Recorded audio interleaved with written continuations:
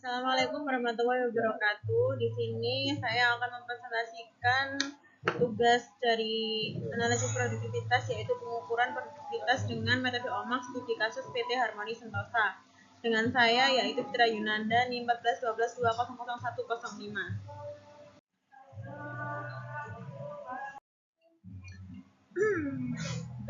Untuk selanjutnya ada data input dan output periode Januari 2024 sampai Februari 2025. Untuk data tertera di slide yaitu data dari Januari untuk input 1, input 2, input 3, input 4, dan output. Selanjutnya yaitu perhitungan rasio performance dari pembagian dari output dibagi input. Selanjutnya perhitungan rata-rata dan standar deviasi dari hasil output dibagi input tadi, lalu menggunakan rumus yang tertera di layar didapat hasil pada tabel tersebut. Selanjutnya mencari nilai rata-rata. Berikut adalah hasil dari standar deviasi input 1 yaitu 1,08, input 2 63,93, input 3 97,16, input 4 172,4. Untuk rata-rata yaitu untuk input 1 7,58, input 2 215,01, input 3 269,84, input 4 423,47. Selanjutnya perhitungan batas kontrol atas BKA dan batas kontrol bawah BKB. Didapat hasil pada tabel tersebut. Selanjutnya ada menentukan target. Hasil untuk kriteria 1 sampai kriteria 4 tertera pada tabel tersebut.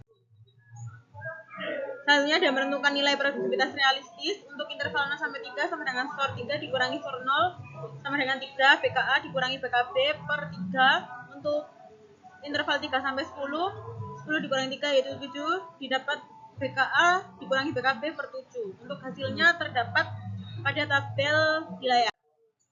Selanjutnya menentukan nilai bobot kriteria. Di layar tertera nilai 1 sampai 9. 1, 2, 5, 7, 9, 2, 4, 6, 8. Untuk tingkat prioritas penjelasannya ada di layar.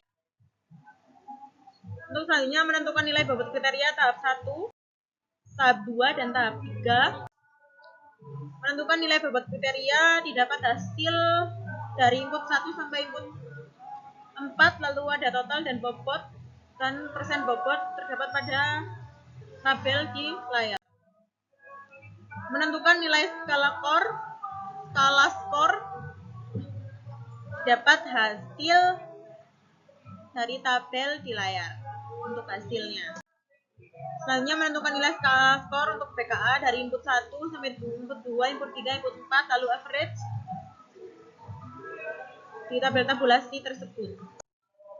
Penentuan skor dari skala berikut adalah penentuan skor dari Januari, Februari, Maret, April, Mei, Juni, Agustus, September, Oktober, November, Desember, Januari, Februari 2025. Dari skor tadi, dari perhitungan skor tadi, lalu ada tabel pencapaian kerja. Berikut adalah hasil dari perhitungannya untuk pencapaian kerja dari bulan Januari sampai Februari 2025. Nah, ini dari tabel pencapaian kerja tadi dibuat grafik. Dari grafik tersebut, data terendah didapat pada bulan Mei yaitu 0,53 dan data tertinggi pada Februari 2025 yaitu 10,0. Selanjutnya ada indeks produktivitas IP. Berikut adalah data hasil IP dari bulan Januari sampai Februari. Kesimpulannya, berdasarkan hasil pengukuran produktivitas menggunakan metode OMAK di PT Harmoni Sentosa, diketahui bahwa tingkat produktivitas perusahaan mengalami fluktuasi selama periode Januari 2024 hingga Februari 2025. Nilai pencapaian kerja dan indeks produktivitas menunjukkan adanya variasi kinerja antar bulan, di mana bulan Juni 2024 tercatat sebagai bulan dengan performa tertinggi. Sedangkan bulan Agustus dan Desember 2024 mengalami penurunan produktivitas paling signifikan. Analisis terhadap kriteria produktivitas yang meliputi input bahan baku, tenaga kerja, mesin, dan energi dilakukan dengan pendekatan rasio output per input, perhitungan rata-rata, batas kontrol, pembobotan, dan skor total.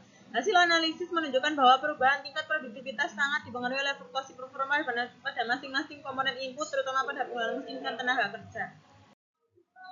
Terima kasih. Apabila ada salah kata dan omongan bahasa, mohon maaf sebesar-besarnya. Terima kasih.